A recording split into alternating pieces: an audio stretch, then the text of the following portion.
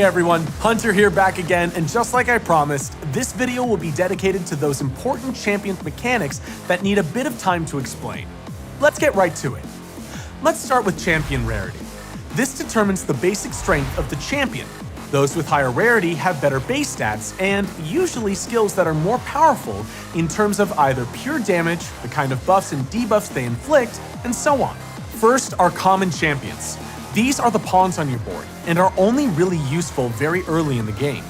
After that, the majority of them will be used as food to give your champions XP, or they're farmed up to higher ranks to use to increase the ranks of other champions. Still, once you've progressed far enough, it can be cool to experiment even with these most basic warriors and see what you can get from them. But that's more like a hobby project. In general, they're not something you should be investing in heavily. Uncommon champions are only marginally better, but may come with some useful skills that can help you in niche solutions, particularly early on in the campaign. You'll be using these for a little while during the first stages of the game, but after that, they're typically going to be food, just like common ones. Next up are rare champions. These are the true backbone of your champion collection. Though their stats are a bit weaker than those of epic and legendary champions, and not every rare skill will blow your mind, these are still going to be the core of your collection and the cornerstone of your beginner teams for a while to come.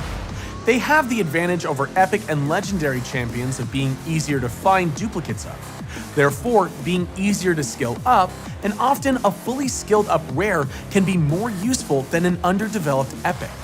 Creating effective synergies and champion combos will be key to passing early game challenges, until you're strong enough to blow every dungeon out of the water, that is. Epic champions are next up. Rarer than rare, but easier to come by than legendary champions, they sit in a happy middle ground between being easily obtainable and strong enough to do some real damage and make your life easier. They have better base stats than rare champions, and they often have special skills or more powerful debuffs that can turn the tide of battle when used correctly and paired with other champions well. Finally, legendary champions are like the holy grail.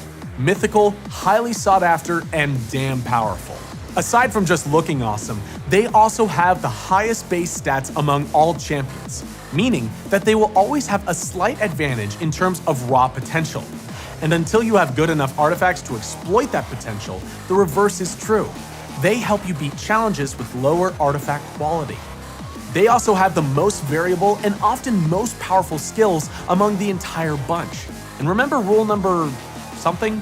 You should never, ever waste a legendary, as we've talked about in our do's and don'ts video. Want the cliff notes? Higher rarity means better stats, better damage, better buffs, and better debuffs. Just all around better. Though it's also worth keeping in mind that rarity alone won't save the day. A well-chosen and equipped team of rare champions will absolutely rock a ragtag bunch of legendaries with random artifacts. So don't rest on your laurels if you were lucky enough to get a powerful champion. Learn how to get the most out of them. If you had the chance to summon a few champions already, you might have noticed that champions of different rarities are summoned with a different rank, which is shown by the number of stars on their portrait. Common champions are always rank 1 at the start. Legendary champions are rank 5. There are 6 ranks in total, and champions can progress all the way to rank 6 no matter what rank they held when summoned. We'll explain how to do that too, but first, it's important to know that ranks have a level cap, at which point champions at that rank can't level up anymore. The maximum level or level cap for each rank is the rank itself multiplied by 10. So rank 1 champions cannot go above level 10. Rank 2s can go up to level 20 and so on. Rank 6 champions can reach level 60 and the peak of their potential. Want to keep leveling up your champions?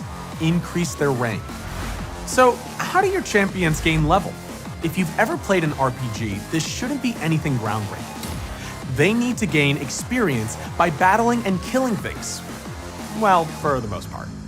Even if you lose a PvE battle, there will be some experience to be gained from it, unless you lost really badly and didn't defeat anyone.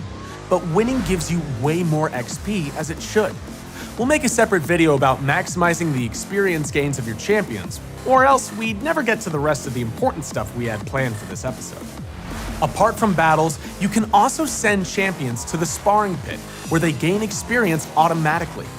You can't use them anywhere else at that time, but you also don't really need to do anything beyond check up on the sparring pit once you have a notification and tap the upgrade to level your champion button. Technically, you can sacrifice champions in the tavern to give experience to other champions, but that's not the most efficient thing to do. Not when you have XP brews, at least. If you have XP brews stashed away, you can quickly level up a champion with just a few taps. See, it's pretty simple.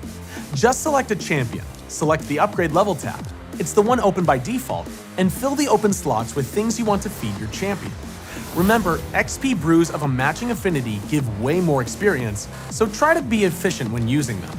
But why do we need to level up champions in the first place? Well, each level gained results in the base stats of the champion increasing. You also cannot increase their rank without hitting that rank's level cap. So let's say we have the noble paladin Athiel here, who's just reached level 30. She's at the level cap for rank 3, so how do we go about upgrading her? First, we need to make sure we have an appropriate number of champions to sacrifice for the upgrade. They have to be of the same rank as Athiel, which is rank 3 in this case, but their level does not matter. Then, we need to go to the tavern, select our champion, and go to upgrade rank.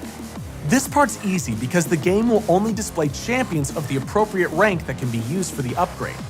See how some of them have a lock on their portraits?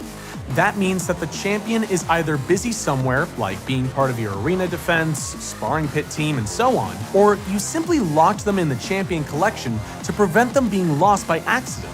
Legendary and epic champions are locked by default to avoid accidental sacrifice.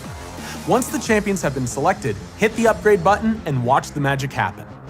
Now wait, what's up with the stats decreasing after increasing rank? Well, when they ranked up, their level was reset. Athiel was at level 30, but now she's at level 1. It's just how champion progression works.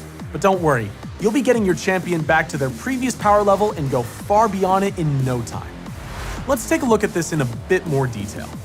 This graph shows the average stat progression for champions at each rank. After they level up, their level is reset and their stats decrease, but soon after they level up, they overtake and surpass their previous power, and by a large margin.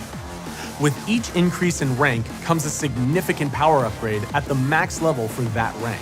This graph isn't specific, so let's use an example. As always, let's use our girl Athiel. And as she's a damage dealer, let's take a look at the development of her attack stat from rank 3 to 4. You'll see that after she was upgraded, her attack stat dropped, but then fairly quickly, she caught up to the previous stat and overtook it.